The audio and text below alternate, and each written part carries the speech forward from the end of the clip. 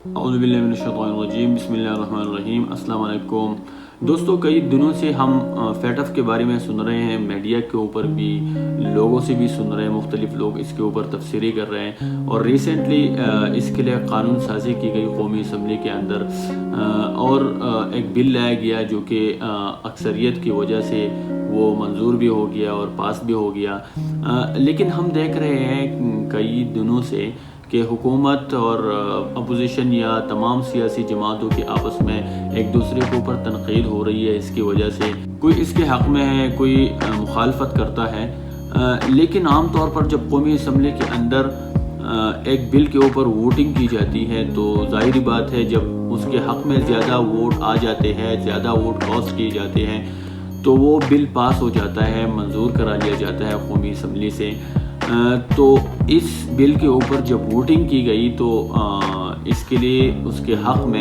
زیادہ ووٹ آ گئے، تو اسی لیے یہ قومی اسمبلی سے پاس کرا لیا گیا، منظور کرا لیا گیا ہے۔ لیکن آج ہم بات کریں گے کہ فیٹف کیا ہے، اور فیٹف کے لیے جو بل لایا گیا، جو قانون سازی کی گئی، اس کے اوپر ہماری سیاسی جماعتوں کے آپس کے کھینچا تانی کے اسباب کیا ہے، اور ان کے آپس میں اختلاف کیا ہے، اور یہ ایک دوسرے کے اوپر تنقیدی کیوں کر رہے ہیں۔ ایکچولی فیٹف یعنی فائنینشل ایکشن ٹاسک فورس ایک عالمی منی لانڈرنگ اور دہشت گردی کی مالی اعانت کے سبب ایک عالمی ادارہ ہے، جو کہ اس کا کام یہ ہے جو لوگ ایک ملک سے دوسرے ممالک کو غیر قانونی طور پر پیسے ٹرانسفر کرتے ہیں، یعنی منی لانڈرنگ کرتے ہیں، تو یہ اس کی نگرانی کرتے ہیں، اور جو لوگ یا جو ممالک دہشت گردوں کو مالی طور پر سپورٹ کرتے ہیں تو یہ اس کے اوپر نگرانی کرتے ہیں۔ اور یہ ادارہ 1989 میں قائم ہوا ہے، اور پاکستان اس کا باقاعدہ ممبر ہے۔ اس ادارے کا اصل ذمہ داری یہ ہے کہ یہ حکومتوں کو اقدامات اور قوانین کی تجاویز پیش کرے، اور حکومت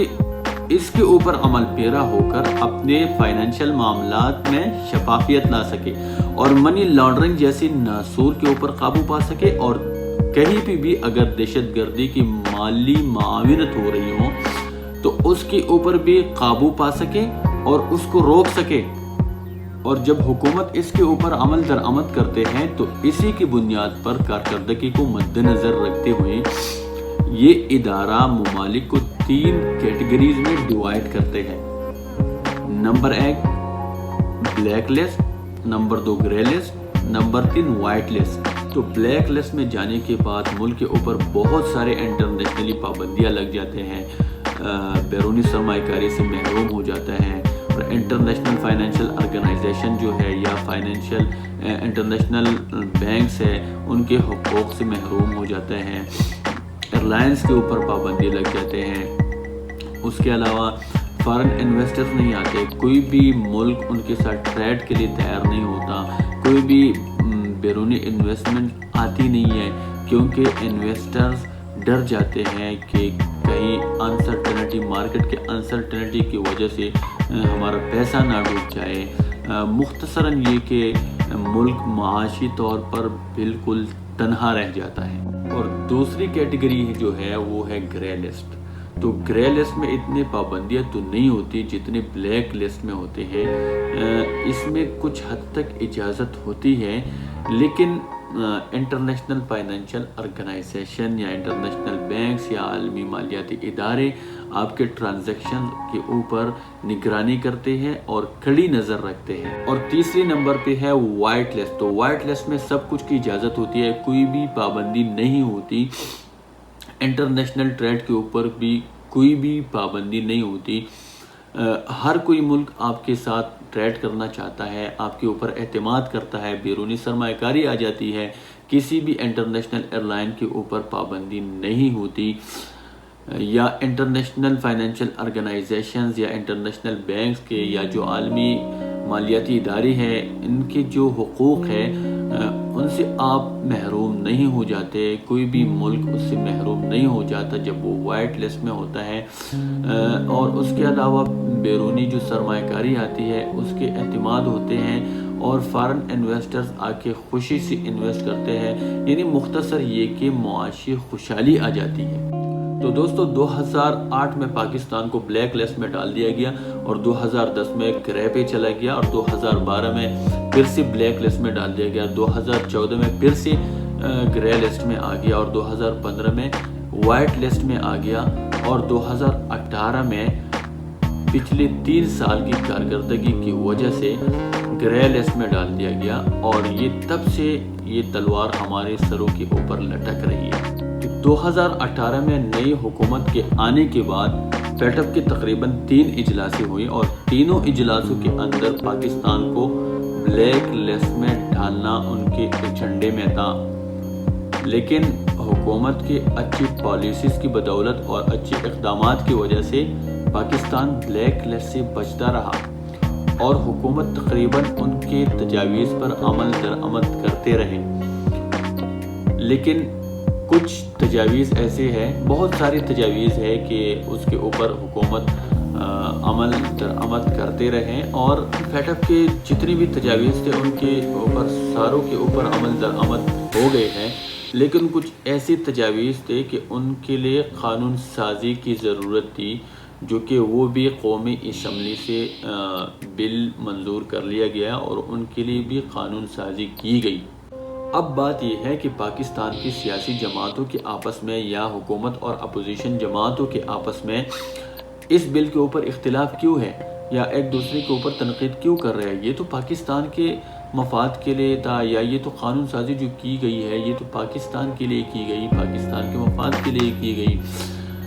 تو ایکچولی حکومت چاہتی تھی کہ ہم اور اپوزیشن مل کر یہ قانون سازی کریں اور یہ بل لائیں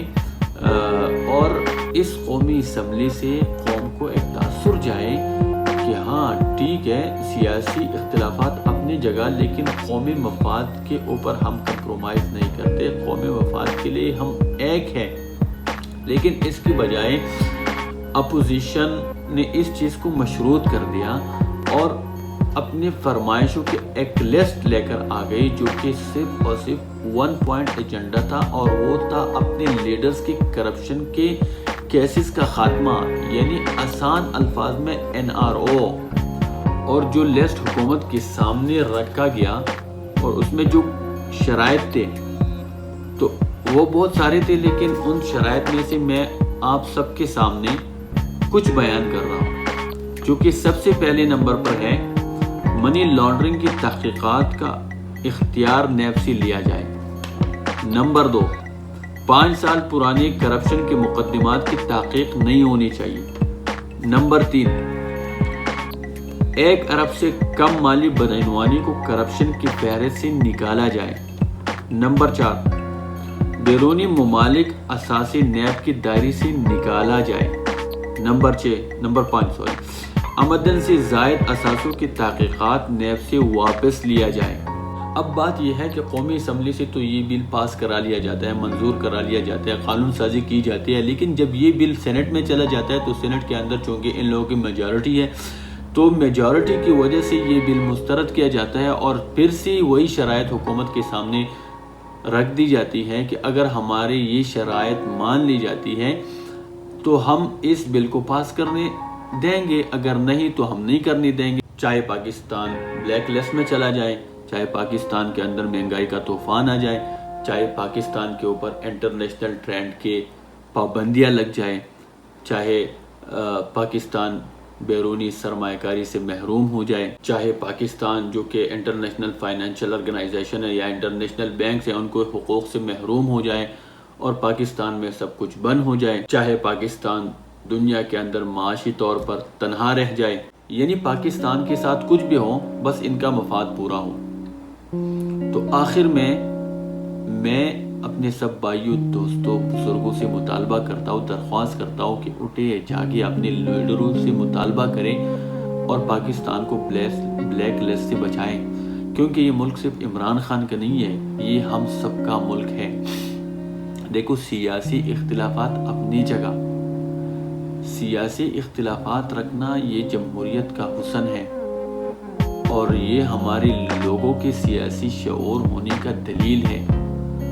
لیکن یہاں پہ بات سیاست کی نہیں ہے، بلکہ یہاں پہ بات ملک کی سلامتی کی ہے، اور ملک کی سلامتی کے لیے ہم سب ایک ہیں اور انشاءاللہ ہم سب ایک رہیں گے۔ تو برائے مہربانی اٹھیں اور اپنے لیڈروں سے مطالبہ کریں کہ آپ ہمارے ووٹ کے اوپر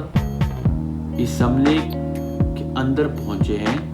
صرف اور صرف اس دھرتی کی حفاظت کے لیے اور قانون سازی کے لیے، نہ کہ کسی کی کرپشن بچانے کے لیے۔ پاکستان زندہ باد، پاکستانی قوم زندہ باد۔